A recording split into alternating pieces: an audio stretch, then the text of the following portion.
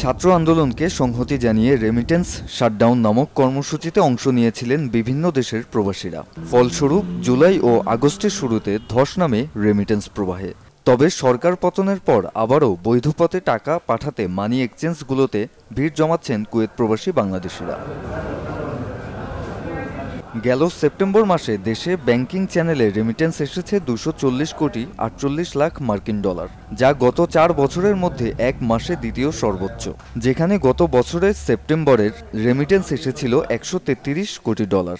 এর আগে জুনে ব্যাংকিং চ্যানেলে 254 কোটি ডলার রেমিটেন্স পাঠিয়েছিলেন প্রবাসীরা। আমরা ছাত্র আন্দোলনের সময় কোনো টাকা পাঠাইনি দেশে, সব টাকা জমা রাখছি এবং সরকার পরিবর্তন হওয়ার পরে আমরা সম্পূর্ণ টাকা পাঠাচ্ছি।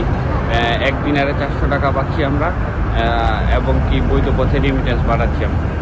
আমরা এই একদিনারে 400 টাকা বজায় থাকলে সামনে আমরা বৈধ পথে আরও টাকা পাঠাবো ইনশাআল্লাহ। বর্তমানে এক কুয়েতি দিনারের বিপরীতে পাওয়া যাচ্ছে 400 বাংলাদেশি টাকা। এতে প্রবাসীরা বেতন পাওয়া মাত্র মাসিক খরচের টাকা রেখে বাকিটা পাঠিয়ে দিচ্ছেন পরিবারের কাছে। এতে একদিকে উন্নত হচ্ছে তাদের জীবনমান, অন্যদিকে দেশের অর্থনীতিতেও বাড়ছে রেমিটেন্স। টাকা রেট কম ছিল, এই জন্য আমরা টাকা পাঠাই নেই, টাকা জমানো ছিল। এখন মানুষের সমান কুইতে একটা মানুষের সমান 700 টাকা, এখন রেট বাড়তি।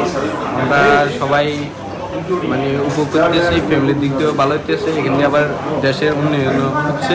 কুয়েতের একদিন সমান বাংলাদেশের 400 টাকা, যার কারণে আমাদের উন্নতি হচ্ছে এবং দেশেরও রেমিটেন্স বাড়তেছে, যার কারণে ভালো লাগতেছে অনেক যে এতদিন টাকা পাঠায় না, এখন টাকা পাঠাচ্ছে। কুয়েতে কাজ করছেন প্রায় 3 লাখ বাংলাদেশি। মধ্যপ্রাচ্য থেকে আসা রেমিটেন্সের গুরুত্বপূর্ণ একটা অংশ আসে এই প্রবাসীদের কাছ থেকে।